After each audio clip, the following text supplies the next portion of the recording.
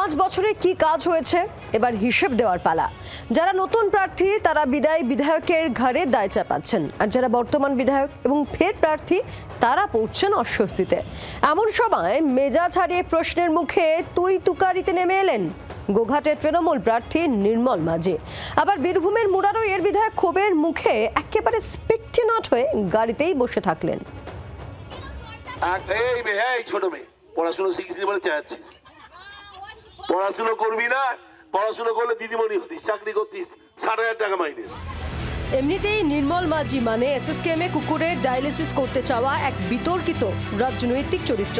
নিজেকে বলেন দিদির দুধ, বিনা পয়সার ডাক্তার। সেই নির্মল মাঝি এবারে হুগলির গোঘাটের প্রার্থী, যিনি প্রচারে বেরিয়ে মহিলাদের ক্ষোভের মুখে, কারণ এলাকার পানীয় জল সমস্যা।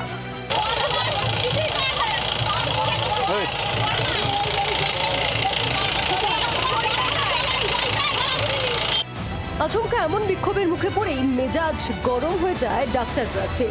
বিনা পয়সায় সব দেওয়ার গুণগান করতে থাকেন।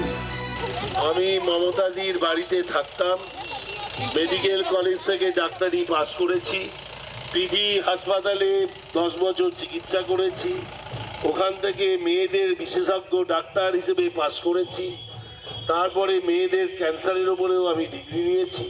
কিন্তু 30 বছর 40 বছর ধরে আমি কোনো মানুষের কাছে পয়সা নিই।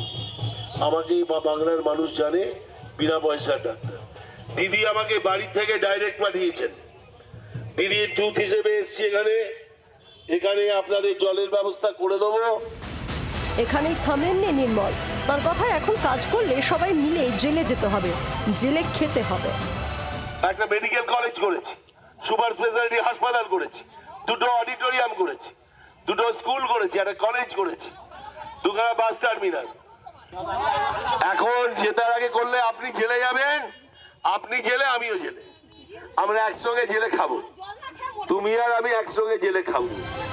শুধু নির্মল নয়, দিকে দিকে প্রার্থীরা ক্ষোভের মুখে পড়ছেন। মুরারইয়ে বিদায়ী বিধায়ক তথা তৃণমূল প্রার্থী মোশাররফ হোসেন বিক্ষোভের মুখে পড়েন। বিক্ষোভ এমনই যে গাড়ি থেকে নামতেই পারলেন না তিনি। ভোটারদের সঙ্গে কথা তো দূরের কথা,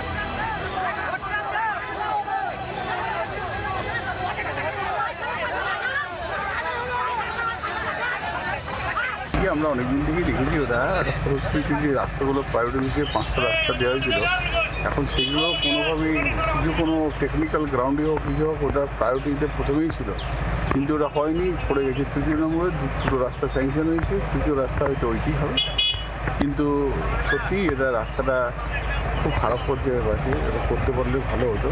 এটা দেখে ভালো লাগছে যে মানুষ জেগে গেছে। মানুষের যেই জাগার ফল, মানুষ চাইছে চোর, দুর্নীতিবাজ, কাটমানিখোর, সিন্ডিকেটবাজ, বালিখোর, পাথরখোর, মানুষ চাইছে তৃণমূল কংগ্রেসকে গঙ্গার জলে ভাসাতে। 26-এর ভোট প্রচারে ভোটারদের মন পেতে কোনো কসুর ছাড়ছেন না প্রার্থীরা। হাতের কাছে পেয়ে প্রশ্ন, কোথায় ছিলেন, কি করেছেন, আর তাতেই অস্বস্তিতে পড়ছেন প্রার্থীরা। ব্যুরো রিপোর্ট, জি 24 ঘন্টা। বাংলার আওয়াজ, বাঙালির আবেগ, জি 24 ঘন্টা।